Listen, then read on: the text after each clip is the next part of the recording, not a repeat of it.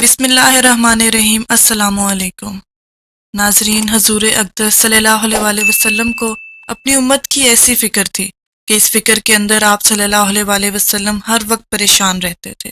چنانچہ ایک حدیث میں ہے کہ حضور اقدس ہمیشہ فکر مند سوچ میں ڈوبے ہوئے رہتے تھے، اور ایسا معلوم ہوتا تھا کہ ہر وقت آپ پر کوئی غم چھایا ہوا ہے۔ کیا وہ غم پیسے جمع کرنے کا تھا، یا وہ غم اپنی شان و شوکت بڑھانے کا تھا؟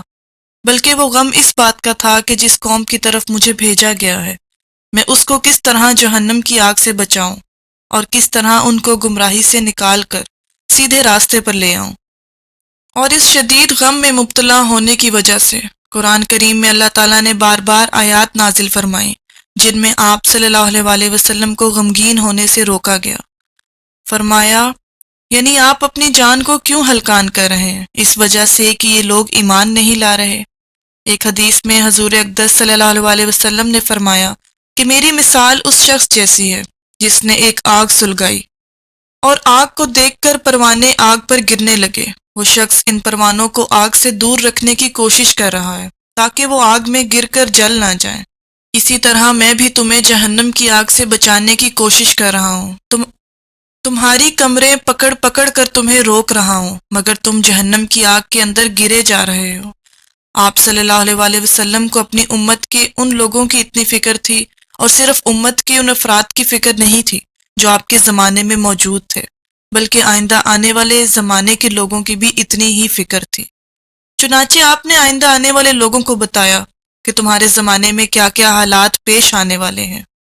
تقریباً تمام احادیث کی کتابوں میں ایک مستقل باب ابواب الفتن کے نام سے موجود ہے، جس میں ان احادیث کو جمع کیا گیا ہے جن میں حضور اقدس صلی اللہ علیہ وسلم نے آنے والے فتنوں کے بارے میں لوگوں کو بتایا اور ان کو خبردار کیا کہ دیکھو آئندہ زمانے میں یہ فتنے آنے والے ہیں۔ چنانچہ ایک حدیث میں حضور اقدس صلی اللہ علیہ وسلم نے فرمایا، عنقریب اندھیری رات کی تاریکیوں کی طرح تاریک فتنے ہوں گے۔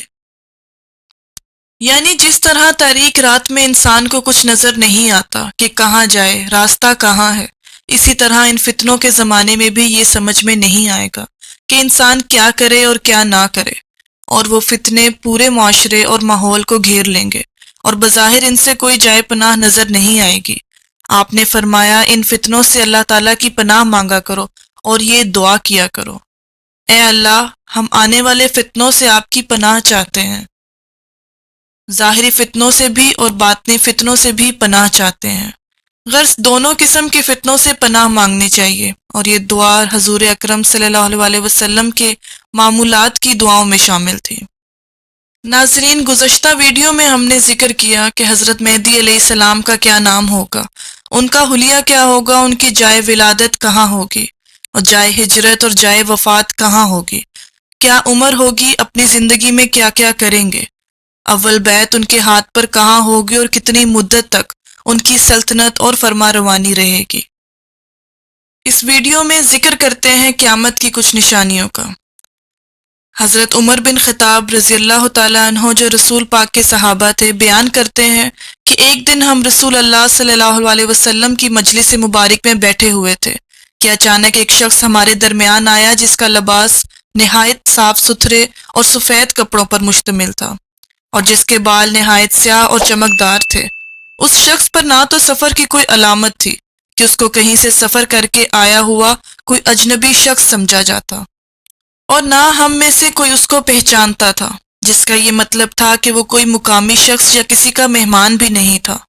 بہرحال وہ شخص نبی اکرم صلی اللہ علیہ وسلم کے اتنے قریب آ کر بیٹھا کہ آپ کے گھٹنوں سے اپنے گھٹنے ملا لیے، اور پھر اس نے اپنے دونوں ہاتھ اپنی دونوں رانوں پر رکھ لیے، جیسے ایک سعادت مند شاگرد اپنے جلیل القدر استاد کے سامنے باادب بیٹھتا ہے اور استاد کی باتیں سننے کے لیے ہمتاً متوجہ ہو جاتا ہے۔ اس کے بعد اس نے عرض کیا کہ اے محمد صلی اللہ علیہ وسلم، مجھ کو اسلام کی حقیقت سے آگاہ فرمائیے۔ آپ نے فرمایا، اسلام یہ ہے کہ تم اس کی حقیقت کا اعتراف کرو اور گواہی دو کہ اللہ کے سوا کوئی معبود نہیں، اور محمد اللہ کے رسول ہیں، اور پھر تم پابندی سے نماز پڑھو، اگر صاحب حیثیت ہو تو زکوٰۃ دو، رمضان کے روزے رکھو اور بیت اللہ کا حج کرو۔ اس شخص نے یہ سن کر کہا کہ آپ نے سچ فرمایا، حضرت عمر کہتے ہیں کہ اس تضاد پر ہمیں تعجب ہوا کہ یہ شخص ایک لا علم آدمی کی طرح پہلے تو آپ سے دریافت کرتا ہے اور پھر آپ کے جواب کی تصدیق بھی کرتا ہے جیسے اس کو ان باتوں کا پہلے سے علم ہو۔ پھر وہ شخص بولا، اے محمد، اب ایمان کی حقیقت بیان فرمائے۔ آپ نے فرمایا، ایمان یہ ہے کہ تم اللہ تعالیٰ، اس کے فرشتوں، اس کی کتابوں، اس کے رسولوں اور قیامت کے دن کو دل سے مانو، اور اس بات میں یقین رکھو کہ برا بھلا جو کچھ پیش آتا ہے وہ سب تقدیر کے مطابق ہے۔ اس شخص نے یہ سن کر کہا کہ آپ نے سچ فرمایا۔ پھر کہا، اچھا اب مجھے یہ بتائیں کہ احسان کیا ہے؟ نبی کریم صلی اللہ علیہ وآلہ وسلم نے فرمایا، احسان یہ ہے کہ تم اللہ کی عبادت اس طرح کرو گویا تم اس کو دیکھ رہے ہو، اور اگر ایسا ممکن نہ ہو تو پھر یہ دھیان رکھو کہ وہ تمہیں دیکھ رہا ہے۔ پھر اس شخص نے عرض کیا کہ قیامت کے بارے میں مجھے بتائیں کہ کب آئے گی؟ آپ صلی اللہ علیہ وسلم نے فرمایا کہ اس بارے میں جواب دینے والا سوال کرنے والے سے زیادہ نہیں جانتا، یعنی قیامت کے متعلق کہ کب آئے گی میرا علم تم سے زیادہ نہیں ہے، جتنا تم جانتے ہو اتنا ہی مجھ کو معلوم ہے۔ یہ حدیث جبرائیل کہلاتی ہے۔ اس حدیث میں جبرائیل علیہ السلام نے 5واں سوال یہ کیا کہ پھر ایسی نشانیاں ہی بتا دیجئے جس سے یہ معلوم ہو کہ اب قیامت قریب ہے۔ آپ حضرت صلی اللہ علیہ وسلم نے اس سوال کے جواب میں قیامت کی 2 نشانیاں بتائیں۔ اول یہ کہ لونڈی اپنے مالک کو جنے گی۔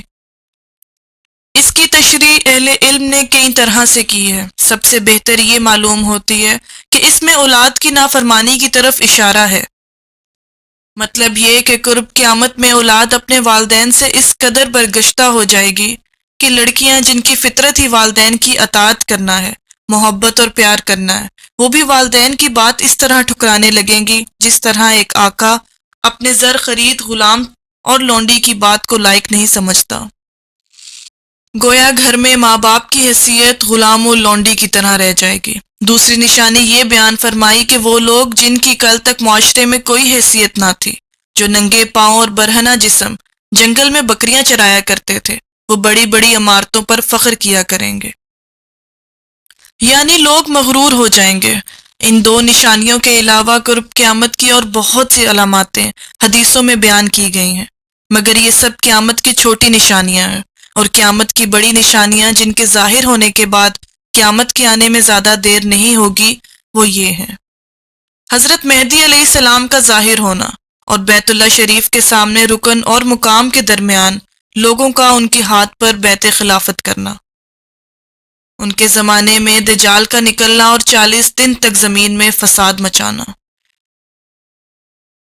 دجال کو قتل کرنے کے لیے حضرت عیسیٰ علیہ السلام کا آسمان سے نازل ہونا، یاجوج ماجوج کا نکلنا، دابت الارض کا صفا پہاڑ سے نکلنا، اور سورج کا مغرب کی جانب سے طلوع ہونا، یہ قیامت کی سب سے بڑی نشانی ہوگی، جس میں ہر شخص کو نظر آئے گا کہ اب زمین و آسمان کا نظام درہم برہم ہو چکا ہے، اور اب اس نظام کو توڑ دینے اور قیامت کے برپا ہونے میں زیادہ دیر نہیں ہے۔ اس نشانی کو دیکھ کر لوگوں پر خوف و ہراس طاری ہو جائے گا۔ یہ اس عالم کی نزاع کا وقت ہوگا، جس طرح انسانی نزاع کی حالت میں توبہ قبول نہیں ہوتی، اسی طرح جب سورج مغرب سے طلوع ہوگا تو توبہ کا دروازہ بند ہو جائے گا۔ اس قسم کی کچھ بڑی بڑی نشانیاں اور بھی حضرت محمد صلی اللہ علیہ وسلم نے بیان فرمائی ہیں۔ قیامت ایک بہت خوفناک چیز ہے۔ اللہ تعالی ہم سب کو اس کے لیے تیاری کرنے کی توفیق عطا فرمائے، اور قیامت کے دن کی رسوائیوں اور ہولناکیوں سے اپنی پناہ میں رکھے۔ آمین یا رب العالمین۔